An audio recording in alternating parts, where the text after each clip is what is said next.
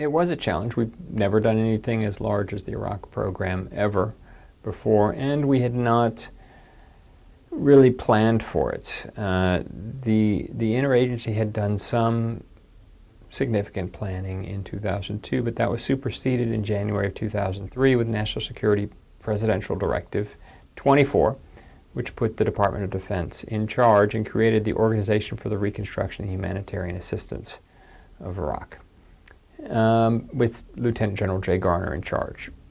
But it was created 40 days before the invasion, and that really wasn't enough time to build an organization that could effectively oversee rebuilding.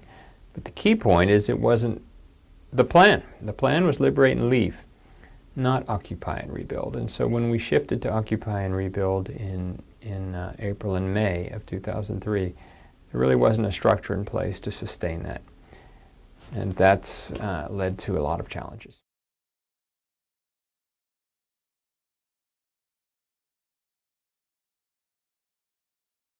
Very sudden and very difficult. Great question. Sudden in the sense that, about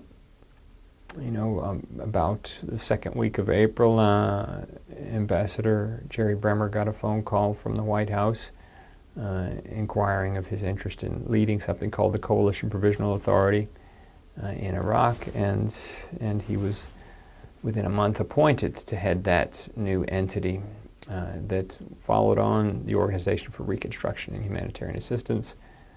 And some of those who were in ORHA continued in the CPA, many did not, and essentially it had to be built during the operation. And building an organization during the operation it's supposed to carry out is a challenging enterprise.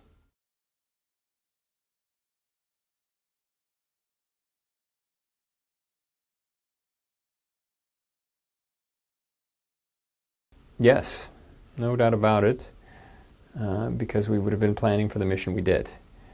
But we anticipated in Iraq conditions and processes similar to those experienced in Afghanistan.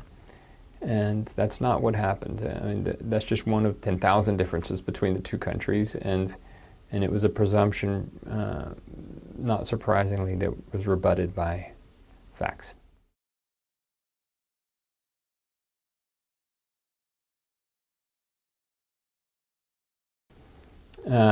I think the funds could have been spent better. There were certain areas where substantial success was achieved. $26 billion spent on the security sector gave Iraq the best equipped, best trained military and police forces in its history.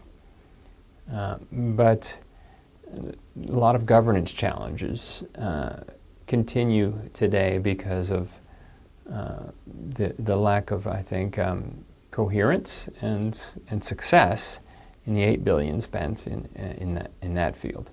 And part of that is a function of planning and application of resources, and part of it is a symptom of the conflict that erupted in Iraq after 2003, and that disrupted all we tried to do.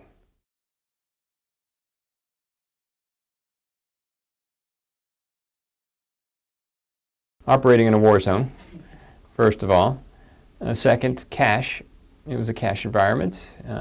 Auditing the expenditure of cash is inherently risky, and the United States didn't manage its risk very well in Iraq by flooding the zone with billions of dollars in cash.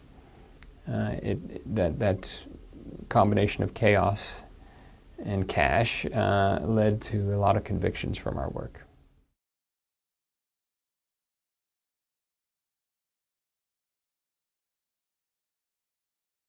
It is more prepared than it was before the invasion of Iraq and the rebuilding of Iraq, but not sufficiently so.